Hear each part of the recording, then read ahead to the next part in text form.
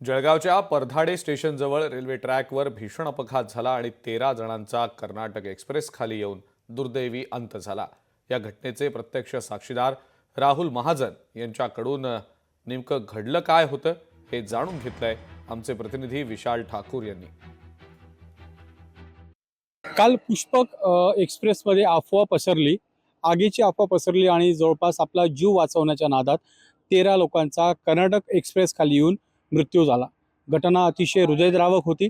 घटना कशी घडली, घटनेचा क्रम कसा होता याचे प्रत्यक्ष साक्षीदार आणि ज्यावेळेस त्या ठिकाणी घटना घडली त्या ठिकाणी मदत कार्य पोहोचवण्यासाठी सगळ्यात पहिले जे लोक पोहोचली ते आपल्यासोबत बन्सीलाल पाटील सर आहेत। सर, काल जी घटना घडली अतिशय वाईट घटना घडली, काय सांगणार, कशी माहिती मिळाली, कसे पोहोचलात, काय काय घटना घडल्या? नमस्कार।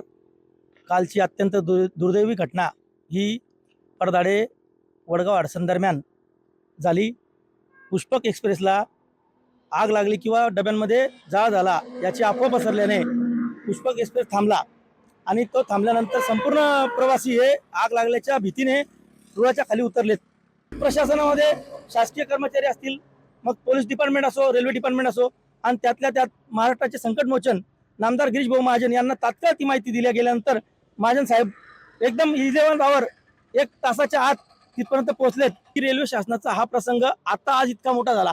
परंतु दररोज आमच्या प्रसंगात आम्हाला आमच्या माहितीत महिन्यात एकदा, 15 दिवसात एकदा असं कुठला तरी ह्या टन असो किंवा परदाड्याच्या एक जवळ अजून एक बवळा नदी आहे, त्या बवळा नदीच्या पुढे एक टन आहे, तिथे नेहमी अशा घटना, दुर्दैवी घटना घडत असतात।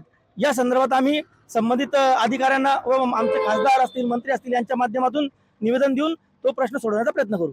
ही घटना फक्त अफवेमुळे घडली आहे, याच्यात कोणालाही दोषी धरला जाणार नाही। ही एक दुर्दैवी घटना आहे। रेल्वे पोलीस असेल यांच्या अधिकाऱ्यांकडून ही आता सर्वेक्षण करण्यात येत आहे की नेमकी घटना कशी घडलेली। कॅमेरा पर्सन गणेश पाटीलचा विशाल ठाकूर, पाचोरा। लोकशाही मराठी ऐका, पहा, जागरूक रहा।